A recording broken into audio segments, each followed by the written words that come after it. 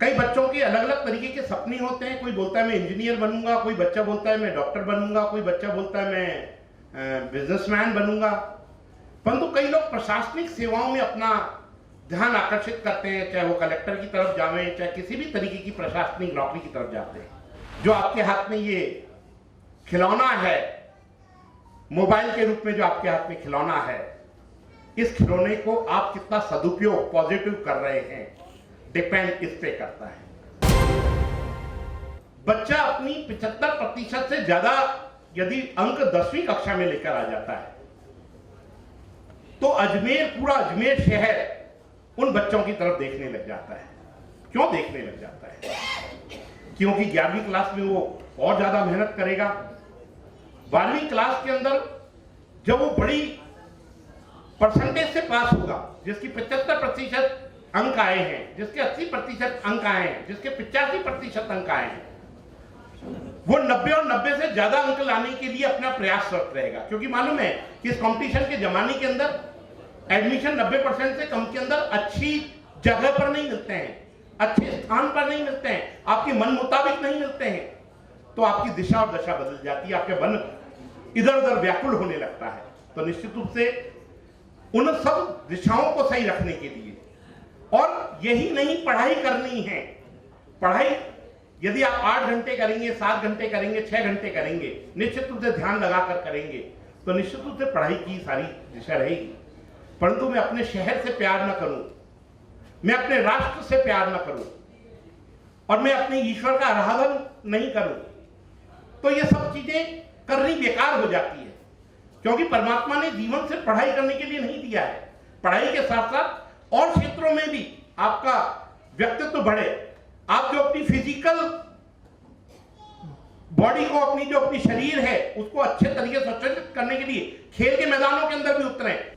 यदि आपने बच्चों ने उनमें से कुछ चीज यदि यहां सर से लेकर गए, तो निश्चित रूप से वो बच्चों ये बात मान के चलना, वो आपके आने वाले जीवन के अंदर प्रेरणा का काम करेगी, और कहीं ना कहीं वो बात आपको आगे अपने जीवन के मुकाम पहुंचने में बहुत महत्वपूर्ण भूमिका अदा करेगी। सब जने कहते हैं कि बच्चों को अनुशासन में रहना चाहिए। अनुशासन शब्दों के अंदर बहुत छोटा शब्द है। आप भी कहते हैं अनुशासन में रहना चाहिए, परंतु क्या अनुशासन, किस तरीके का अनुशासन, इन सब चीजों के बारे में भी आज आपको यहां पर इन सारी बातों के अंदर बात निकल के आएगी। आपको किस तरीके से अनुशासन में रहना चाहिए, किस तरीके से अपने माता पिता का आदर करना चाहिए। जिन गुरु ने आपको पढ़ाया है, केजी क्लास से लेकर 10वीं क्लास तक आपको इस मुकाम तक लाके पहुंचाया है, उन गुरुवर के प्रति हमारा ऋण क्या बढ़ जाता है। बच्चों, ये दुनिया जो है, अभी जो नई दौर है, हमारे समय के अंदर तो न मोबाइल हुआ करते थे, न टीवी हुआ करते थे, परंतु जो नया दौर है, ये जो चकाचौंध की दुनिया है, आप यहां बैठे हुए अमेरिका के लोगों से सीधे संपर्क में आ जाते हैं, अमेरिका की गतिविधियों को, सब चीजों को यहां से देख लेते हैं। भारत के किसी भी क्षेत्र के अंदर होने वाली गतिविधियों के ऊपर आप लोगों तक पहुंच जाती है। जो आपके हाथ में ये खिलौना है, मोबाइल के रूप में जो आपके हाथ में खिलौना है, इस खिलौने को आप कितना सदुपयोग पॉजिटिव कर रहे हैं, डिपेंड इस पे करता है।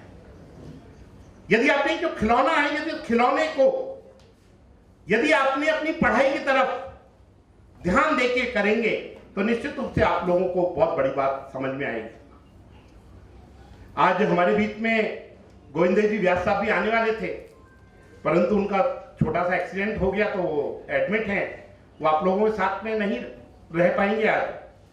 परंतु मैं आप उनकी एक बात बताता हूं।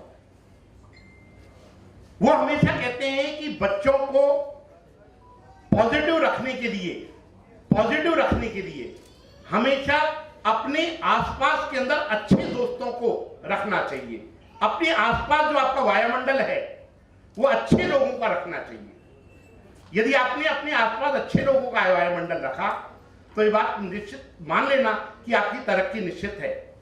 परंतु आपने देखा होगा, इन बच्चों, आपने भी अपने जीवन में अनुभव किया होगा, जब आप पढ़ाई कर रहे होते हैं तो आपके पास में बैठा हुआ बच्चा जिसका ध्यान पढ़ाई में नहीं है, वो आपको डिस्टर्ब करता है, बार बार परेशान करता है। क्यों परेशान करता है? वो इसलिए परेशान करता है, वो नहीं चाहता है वो नहीं चाहता है कि आप इंटेलिजेंट और आप क्लास में टॉप आए, परंतु उस तरफ अपना ध्यान छोड़कर अपने को सारा पढ़ाई की तरफ यदि आप ध्यान देंगे तो निश्चित रूप से आप लोगों के लिए बहुत फायदेमंद रहेगा। मैं गोविंद देव जी साहब की एक बात बता रहा था, वो कह रहे थे कि आरएस की पढ़ाई करने के लिए बच्चे कई तरीके के इंस्टीट्यूट के अंदर जाके पढ़ाई करते हैं, तो सोचते हैं कि आरएस के अंदर मैं टॉप आ जाऊंगा, परंतु उन्होंने कहा यदि देश का के बारे में हमको जानकारी देनी है तो लोकसभा के नाम से एक चैनल चलता है और राज्यसभा के नाम से चैनल चलता है। उसके अंदर देश के संविधान के बारे में लिखा हुआ है, संविधान की गतिविधियां आपको लाइव दिखाई गई हैं उसके अंदर। वो सारे वीडियो जो उस समय चल रहे थे वो सारे वीडियो लाइव उसके अंदर हैं। उनको यदि आप देखेंगे तो निश्चित रूप से उन चीजों से आपको कई सारी चीजें जानकारी मिलेगी कि वो घटना पॉजिटिविटी के अंदर हम यदि देखेंगे तो वो हम लोगों के लिए फायदेमंद रहेगा। हम सिर्फ अपने बारे में ना सोचें, हम सिर्फ अपने परिवार के बारे में ना सोचें, हमें सोचना है तो अपने शहर के बारे में सोचना है। मेरा Ajmer, A for Ajmer, A for Ajmer के बारे में सोचेंगे तो निश्चित रूप से बात मान लेना कि हम राष्ट्र के बारे में सोचेंगे। यदि मेरे शहर से मुझे प्यार है तो मेरे राष्ट्र से प्यार होगा। यदि मेरे राष्ट्र से मुझे प्यार है तो निश्चित रूप से मैं एक अच्छे इंसान और एक अच्छे नागरिक की भूमिका अदा करूंगा।